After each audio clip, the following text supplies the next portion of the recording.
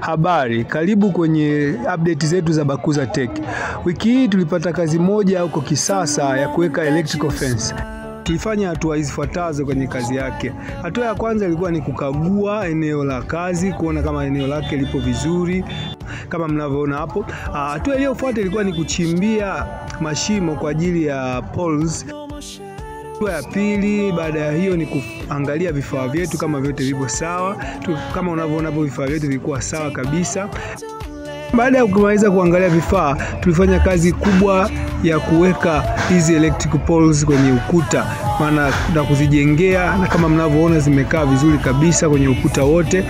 Baada ya hatua hii, hatua inayofuata ni kuweka waya wetu wa umeme. Waya wetu wa umeme kama mnavyoona na vifaa vyake. Hatua inayofuata ni kuweka sapoti kwenye kona na kuanza kuvuta waya wetu. Kama mnavyoona kuna waya huu tunauvuta. Baada ya kumaliza kuvuta waya, tunaenda kukagua mashine yetu ya king'ora au mashine ya alarm system.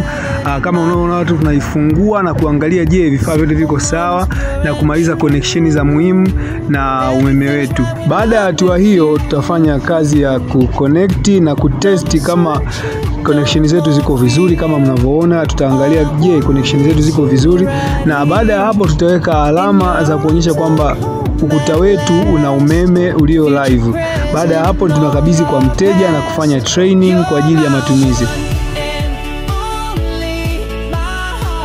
Tunakukaribisha Bakuza Tech kwa ajili ya training, ushauri na kwa ajili ya electric fence installation.